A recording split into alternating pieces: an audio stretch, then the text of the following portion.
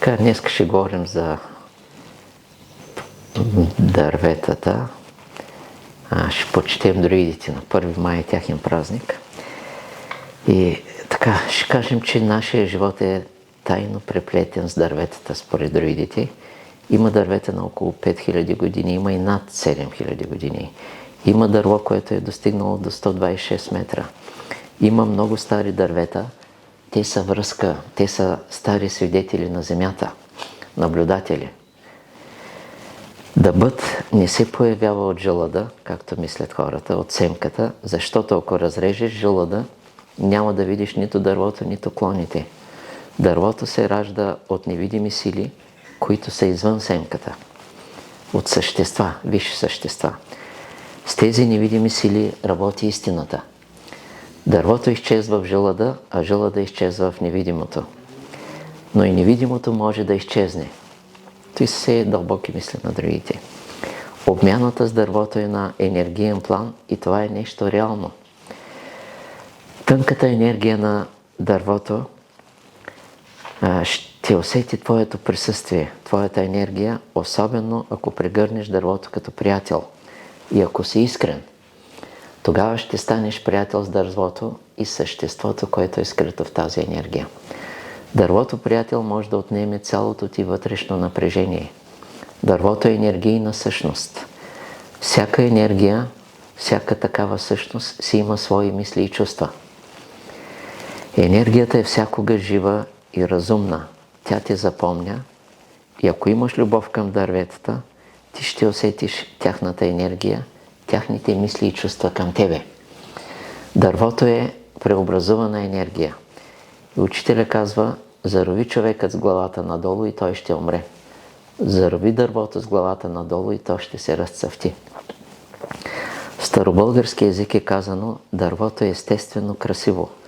То се е разгърнало на широко като баща и дава сянката си за успокоение на хората. И тук те се отпускат пред този баща, пазител и се чувстват добре. Друидите са правили събрания пред дъба, като пред стар свидетел, а той е създаден от скрито висше същество.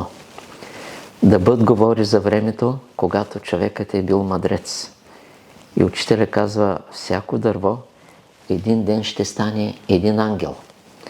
И казва учителя още, има дървета, които са по-религиозни от хората. Какво ще кажете за онова дърво на живота? Енергията е историята на дървото.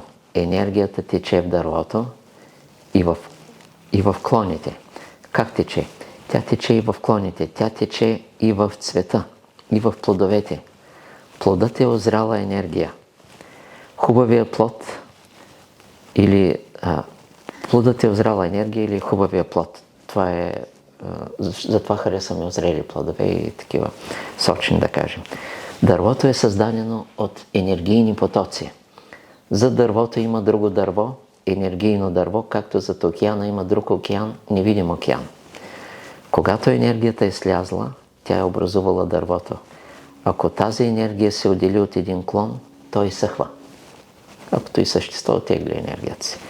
Земята умира със смъртта на дърветата. На остров Якусима има едно дърво над 7000 години.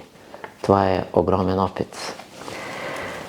В корена енергиите текат надолу. В клоните те са заставени да текат нагоре, а в плода енергиите текат отвътре. Енергията на корена е заставена да тече надолу, за да имат клоните основа. Клонът, който се извисява, това е извисената енергия. Един истински и чист плод е резултат на озряла енергия. И учителя казва, думата дърво е произлязла от дева, нещо чисто е слязло на земята. Въобще и големи тайни има в дърветата, но спирам до тук, защото предпочитам по-краткото. Ще префразирам нещо, което сетих от учителя. Той казва, че той е корен впит в мрака. Как би го... Той е впит в мрака, обаче там е Бог, защото за Бог няма мрак. Така че самия учител е впит в къде е означава впит е в основата, в скрития източник. Наблюдава звездите, за тях е мрака, който е изначален. Навсякъде е мрак. Звездите са само малки неща. В начало е бил мрака, т.е. скритата преизобилна светлина на Бога, която вижда всичко и която е всичко. И затова не се вижда, защото там Бог е скрит. Тоест мрака като скрит източник, благодарение на който всичко, което съществува, изпеква. Както е скрит и в Луцифер, нали? В Христос е явен, ние вчера загаднахме, а в Луцифер е скрит и двамата той ги ръководи, те не могат да ръководят себе си. И Луцифер също е минал през изключително тежка Голгота, когато Бог му предлага да стане мрак, да се върне, да се скри в скритостта, за да може да действа Бог. И това е най-голямата Голгота за Луцифер. Да, така, нали, била е светлина и той му предлага да стане мрак и това е неговата Голгота. При Христос е друга Голгота и двамата му синове минават през Голгота, за да си върши Бог Божията воля на високо ниво. Те и двамата издържат. Да. Добре, благодаря ти. Да.